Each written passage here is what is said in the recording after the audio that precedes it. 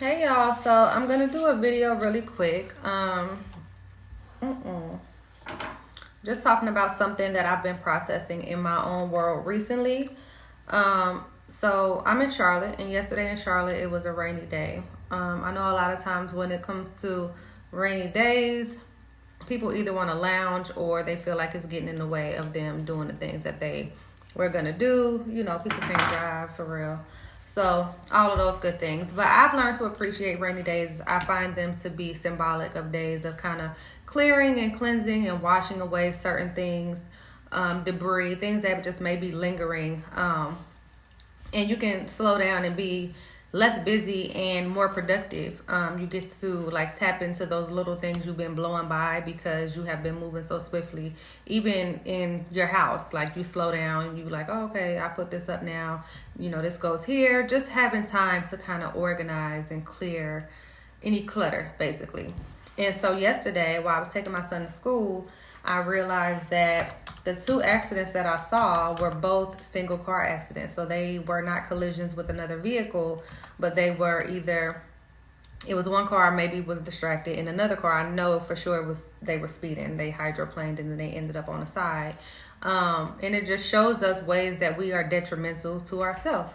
So after seeing that, you know, on the highway, I started to process within my own self, within my own world, ways that I may have been sabotaging or being detrimental to my own world.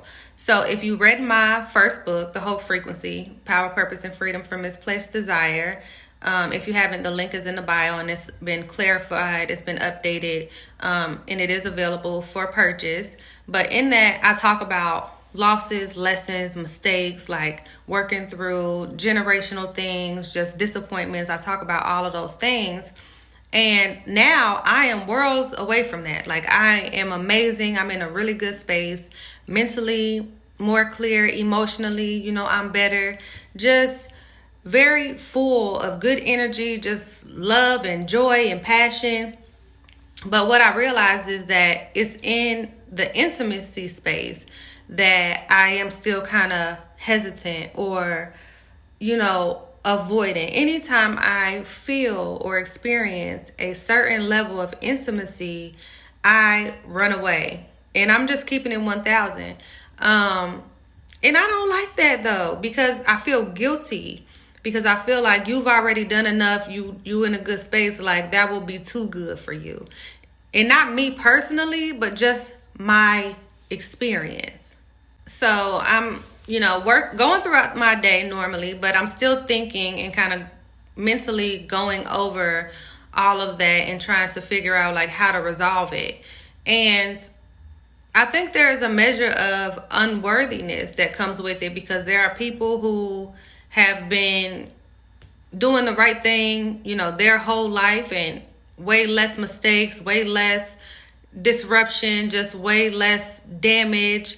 And it feels like it's too good for my story. You know what I'm saying?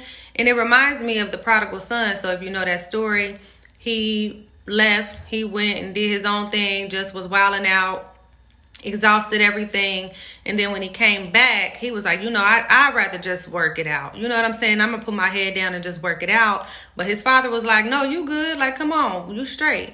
And even his brother and environment, could be anybody, friend, whatever, even your own self was like, well, I've been doing the right thing this whole time. Why he get that? And I be feeling like that too. Like, let them get that. Like, I don't feel like let me just work. Let me just, you know, get active. Like, I don't want to look up and see that it's good things. You know, it's a fullness of good things. And it was bothering me like all day yesterday. Like, I cried about it. It was a big deal. But another thing that I took from it is when you don't allow yourself the fullness of God's grace, when you don't allow yourself the fullness of God's restoration, when you don't allow yourself the fullness of God's love, then you are taking away from God's glory, right? So I don't even want to get emotional, but all of that was just yesterday. The cleansing, the clearing, the clarifying, the purifying.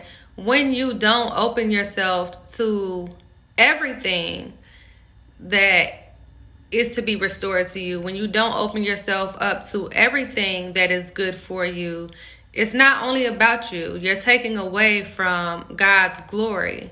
And so I'm just like, okay, you know what I'm saying? Like, that's cool. And it's not, like I said, it's not that personally me, I don't feel like I'm worthy. It's just,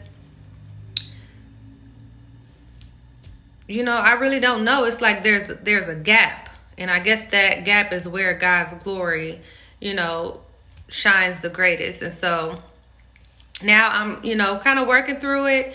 Heart is still kind of like soft and like a little nervous, but it's important to me because I am such a loving and giving and passionate person, so I want that. And when I talk about intimacy, it's not just romantic intimacy. It's really just any type of intimacy, because intimacy is a heart thing, most importantly, right? So anytime I've felt a measure of intimacy, I run away or I disconnect a little bit.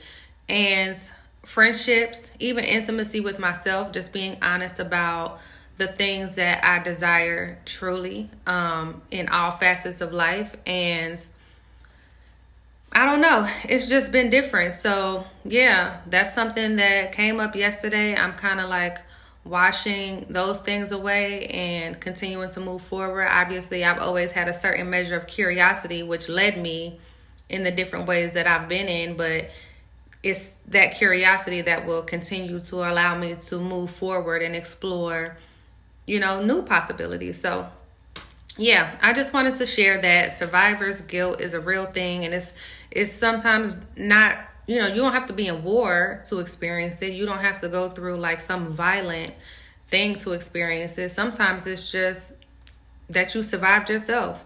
You survived your circumstances, and now, things are different. So yes, I just wanted to share that with y'all. Let me know what you think. If you felt it, hopefully, it helped somebody, because it's helping me now. And thank you for listening.